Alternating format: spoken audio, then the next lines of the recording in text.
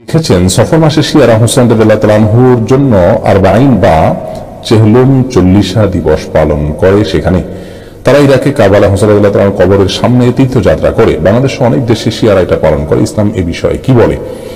দেখুন, কোন কবর, কোন মাজারকে কেন্দ্র করে আপনার দূর দূরান্ত থেকে সফর করাই জায়েজ নয়। নবী করিম সাল্লাল্লাহু আলাইহি ওয়াসাল্লাম বলেছেন যে লা তুশাদ্দুর রিহাল ইল্লা ইলা সালাসাতি মাসাজিদ, 3টি মসজিদ ছাড়া আর কোথাও পুণ্য বা সওয়াবের আশায় সফর করে যাওয়া জায়েজ নয়। তার একটি হলো মক্কার মসজিদুল হারাম, আরেকটি হলো মসজিদে নববী মদিনা, আরেকটি হলো মসজিদুল আকসা ফিলিস্তিনের। এই 3টি মসজিদ ছাড়া আর কোনো মসজিদে বা অন্য কোনো জায়গায়, মসজিদ নয়, অন্য কোনো জায়গায়, হাদিসের ভাষ্য হলো অন্য কোনো জায়গায়, 3টি মসজিদ ছাড়া অন্য কোনো জায়গায় সওয়াবের উদ্দেশ্যে যাওয়া যাবে না। হ্যাঁ, আপনি ব্যবসার জন্য গেলেন, শিক্ষা গ্রহণের জন্য গেলেন, এটি ভিন্ন কথা।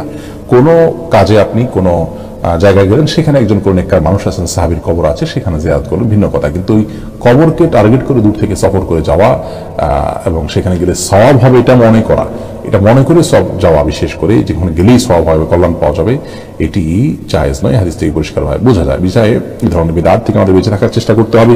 শিয়াদের যে সমস্ত কর্মকাণ্ড আছে এই জাতীয়, সেগুলো সম্পূর্ণই হাদিস বিরোধী।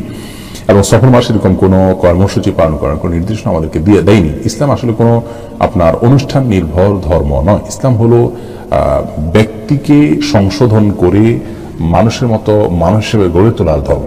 অতএব আমি নিজেকে কতটা সংশোধন করছি, আত্মশুদ্ধি করতে পারছি, সেটি হলো মূল প্রশ্নের বিষয়। এ ধরনের কোনো ঘটার বিষয় ইসলাম আমাদের অনুমোদন করে না। এরপরে